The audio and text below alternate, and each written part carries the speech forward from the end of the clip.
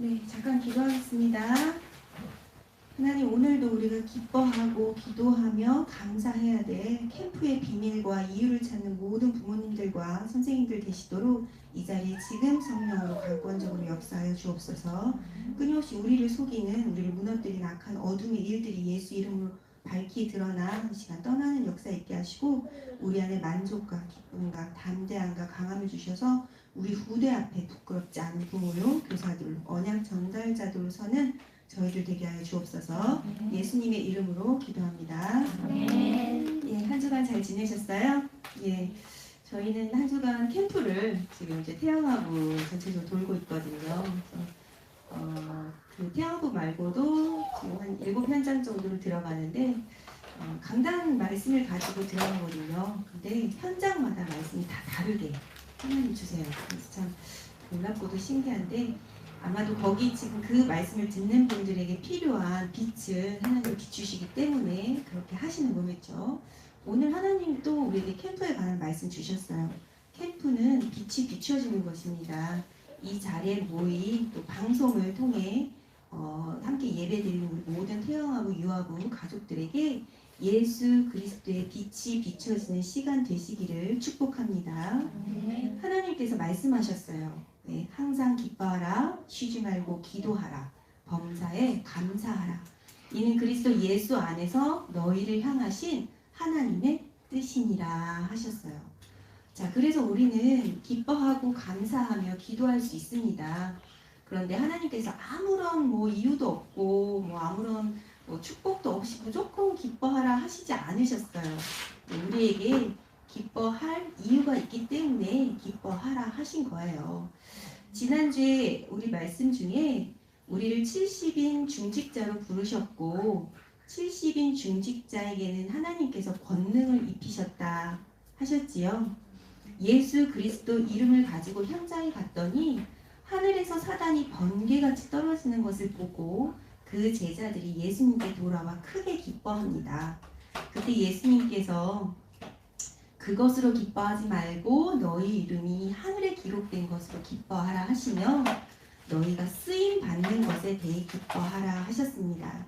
자, 우리의 기쁨이 어디 있냐면 땅에 있지 않고 하늘에 있어요. 근데 그 기쁨이 하늘에 있는데 어떠한 기쁨이냐? 우리가 하나님께 쓰임 받을 때 참 기쁨이 있습니다. 그래서 제가 이것을 감격이라고 표현을 했어요, 지난주에. 자, 우리는 하나님께 쓰임 받을 때 기쁜데요, 하나님이 원하시는 때, 원하시는 장소, 원하시는 일에 우리가 쓰임 받을 때, 즉 하나님이 필요로 하실 때 내가 쓰임 받는 것이 가장 큰 기쁨입니다. 왜요? 우리는 그러려고 창조되었고 그러려고 부름을 받았기 때문에 그렇습니다. 이 백성은 내가 나를 위해 지었나니 나를 위해 찬송을 부르게 하려 하심이라 하셨어요. 그죠? 찬송이 단순히 이 노래, 이게 우리가 부르는 찬송뿐만 아니라 여호와께 경배하고 영광 돌리며 그 영광을 따라 살도록 우리는 창조되었고, 그의 쓰임에 따라 우리가 쓰임 받을 때 이것이 기쁨이 되면 이것을 우리는 성공이라고 말합니다. 그래서 우리 부모님들과 렘넌트들은 잘 기억하셔야 돼요. 우리가 하나님께 쓰임 받을 때 기뻐요. 그리고 그게 우리에게 성공이에요. 세상에서는 잘 나가면 성공이라 하죠. 예. 까만 리무진을 타면 성공입니까? 요즘 그런 노래도 있다고 해요. 네. 우리의 성공은 하나님께 쓰임 받을 때 있어요. 자, 근데 이것을 사단도 너무 잘 압니다. 그래서 우리가 하나님께 쓰임 받지 못하도록 해요. 우리를 무너뜨리려고 해요. 그 방법이 있습니다. 어떠한 방법으로 그렇게 하냐? 바로 사단이 우리에게 원래 심어놓은 각인 뿌리 체질이 있거든요. 거기에 우리의 시선을 딱 가둡니다. 네.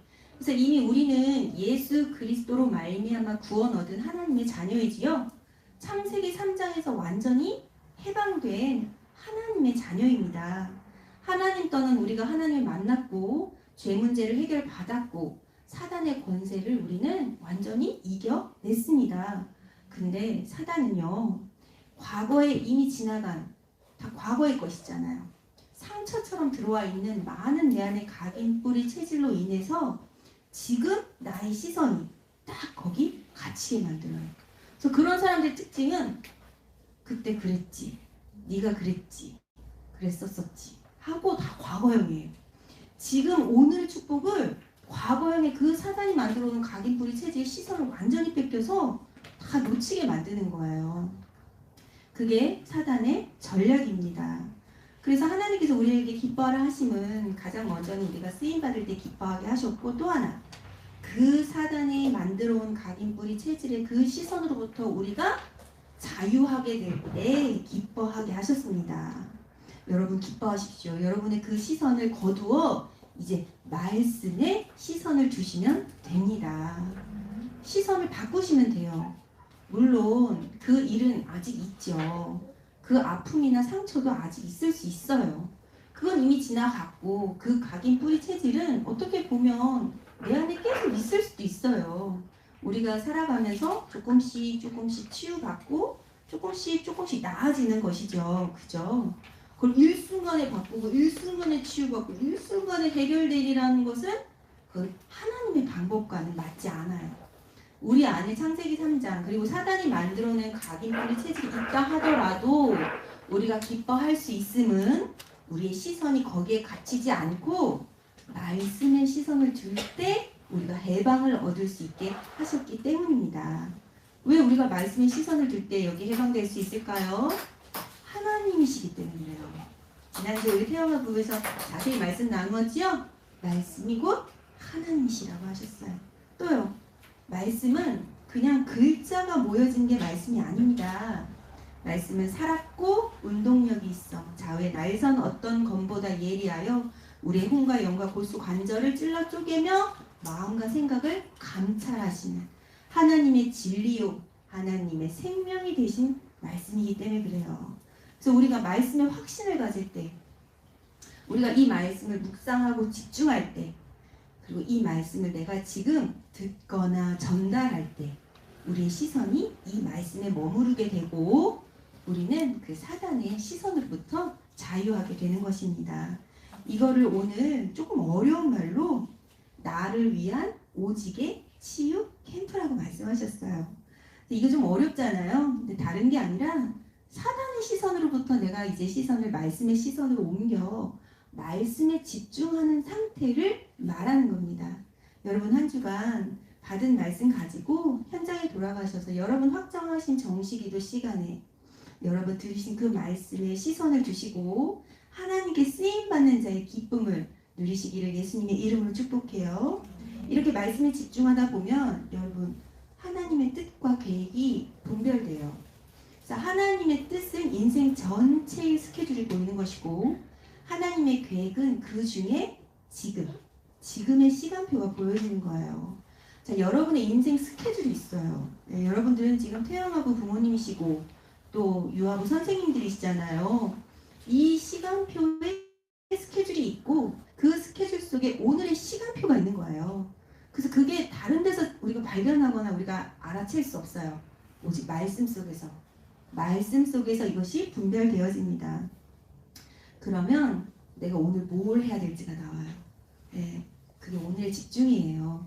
이 오늘의 집중이 있어야 더 이상 내가 빼앗기지 않는, 그래서 미래를 만들어갈 수 있는, 미래를 준비해 나갈 수 있는 영적 상태가 되어지는 것입니다. 그래서 여러분 말씀에 집중할 때 이 창세기 3장으로부터 자유하게 되고 미래를 만들어갈 수 있는 오늘의 집중이 나와지는데 그걸 성경에서는 갈라디아서 2장 20절의 성취라고 해요.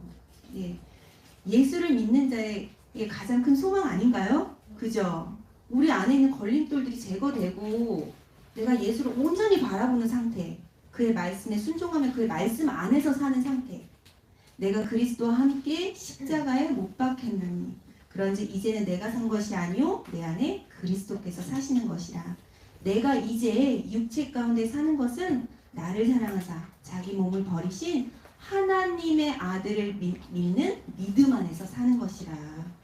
여러분이 말씀에 시선을 두시고 이 말씀을 묵상하실 때 여러분을 위한, 나를 위한 오직의 치유 캠프가 지속되어지므로 여러분의 상태가 갈라디아서 2장 20절의 말씀의 성취가 될 줄 믿습니다. 이게 기쁨이에요. 이 기쁨이 있으셔야 돼요. 그죠? 왜요? 이건 여러분을 향하신 하나님의 뜻이니까요. 그리고 이 기쁨이 있어야 우리 아이들에게도 예수 그리스도를 전달할 수 있고요. 말씀을 증거할 수 있어요. 지금 우리가 미션지가 나가고 또 여러분 예배 끝에 우리 아이들 축복하는 문구를 함께 나누지요. 근데 내가 이 시선이 말씀에게 있지 않으면 아무리 우리가 좋은 콘텐츠를 여러분들에게 제공해도 이게 활용이 안 돼요. 왜요? 여러분의 시선이 각인 뿌리질 속에 세상 것, 육신 것, 사단의 것, 특히 상처의 것, 과거의 것에 자꾸 매이기 때문에 그렇습니다. 그러면 본인이 기쁨도 없죠? 만족도 없죠? 평안도 없죠? 힘이 빠져요. 힘이 빠져요. 그러면 우리 아이들은요, 더 힘이 빠져요. 그걸 노려요. 그래서 여러분을 무너뜨리려는 이 사단의 소리는 결국 후대에게 언약 전달을 방해하려는 사단의 큰 밑그림이죠. 여기서 자유하시기를 바래요. 자, 쉬지 말고 기도하라 하셨습니다. 왜 쉬지 말고 기도해야 할까요? 사도행전 1장에 보면 부활의 예수를 만난 제자들이 40일 동안 나를 위한 오직의 치유 캠프를 합니다. 거기서 계속 우리의 시선을 바꾸어 말씀에 집중하고 마지막으로 오늘의 집중을 찾는데 그게 바로 사도행전 1장 8절이에요. 그래서 그 말씀 잡고 이제 모였는데 하나님께서 예수님께서 감람원을 지나 마가 다락방이라는 그 현장에 모여서 오로지 기도하게 하신 거예요. 왜냐하면 우리의 영적 상태는 바뀌었고 오늘의 집중은 찾았어도 아직 하나님이 주신 이 일을 감당할 수 없기 때문에 그래서 하나님께서는 하늘의 것으로 채우시기 위하여 이제는 유일성의 답을 얻는 기도 캠프를 하게 하십니다. 지금 우리가 이 시간표 속에 있어요. 이건 기도하는 것이지만 또 다르게 표현하면 유일성의 답을 얻기까지 성령의 때와 기한은 우리 안에 두시지 않았다 하셨지요? 하나님의 때와 기한이 찰 때까지 우리는 기도하며 기다리는 거예요. 우리 태영아부가 이 시간표 속에 있고 지금 우리 유아부를 키우는 교사 선생님들이 이 시간표 속에 있습니다. 자, 왜 우리는 유일성에 그런 답이 필요합니까? 구원 얻었는데 우리가 살고 있는 현장이 네피림의 현장이기 때문에 그래요. 또 더 중요한 건 우리 아이들이 앞으로 나아갈 현장은 이 3시대는 무시무시한 네피림의 현장이기 때문에 그래요. 그래서 우리가 유일성의 답을 가지고 나를 살려야 될 뿐만 아니라 우리 후대에게 답을 줘야 하기 때문에 유일성의 답을 얻는 기다림의 기도 캠프를 하나님이 부모와 교사들에게 허락하시는 거예요. 그래서 이 네피림은 뭐냐면 여러분 다 아세요. 위로부터 떨어진 자의 명사형, 즉 사단이 만들어 놓는 사회, 가정, 문화를 네피림이라고 합니다. 특징은 각자 소견대로 행할 뿐만 아니라 마음이 원하는 대로 해요. 그래서 하나님의 아들들이 사람의 딸들을 보고 결혼한 여기는 뭐 남자 여자 이걸 이렇게 나누는 게 아니고 무슨 의미인지 아시죠? 마음이 원하는 대로 해서 만들어진 세상을 네피림이라고 합니다. 저 지금도 사단은 똑같이 그래요. 마음이 원하는 대로 하고자 해요. 유일성의 답이 없으면 마음 가는 대로 살고자 하고 마음 가는 대로 말씀 듣고 마음 가는 대로 믿고 마음 가는 대로 신앙생활을 해요. 결국 사단이 그렇게 뒤에서 조종하는 이유는 마음 가는 대로 하고 난 뒤에 끝은 재앙이 있기 때문에 그렇습니다. 재앙 만나 하나님 자녀들이 무너지는 것을 바라기 때문에 그렇게 하는 거예요. 자, 그럼 우리는 이 네피림 시대에서 유일성의 답을 구하며 기도하며 기다려야 되는데 자, 하나님께서는 이 네피림의 마음가짐을 일순간에 바꿀 수 있어요. 언제 우리가 네피림으로부터 빠져나올 수 있냐?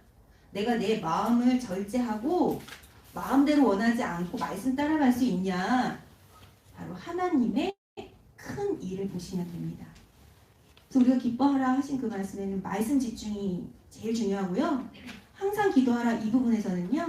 가장 중요한 것은 큰 일을 보도록 기도하시면 돼요. 그래서 사도행전 2장 11절에 보면 우리가 각 사람 나라의 말로 하나님의 큰 일을 듣게 되니 어찌냐 했어요. 이 이야기를 하자면 너무 좀 길어지는데 중요한 건 베드로가 설교를 했는데 베드로는 베드로 나라의 말로 했을 거 아니에요. 그죠? 이스라엘 백성의 말 아람어거든요. 그 당시에는. 근데 15개의 나라들이 모였는데 각자 자기네 나라의 말로 들었어요. 근데 그 자기네, 그러니까 외국어로 동시 통역이 된 거예요. 성령의 힘으로.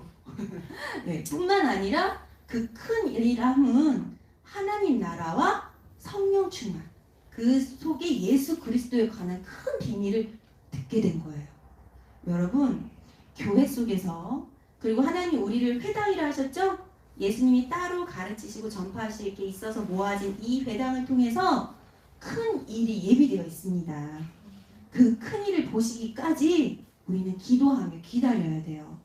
그 유일성의 답이 내게 나와지면 나는 이제 그 큰 일을 보게 되고 듣게 되고, 이제 더 중요한 거, 그 큰 일이 나를 통해 성취되어지는 성령의 역사를 체험할 수 있습니다.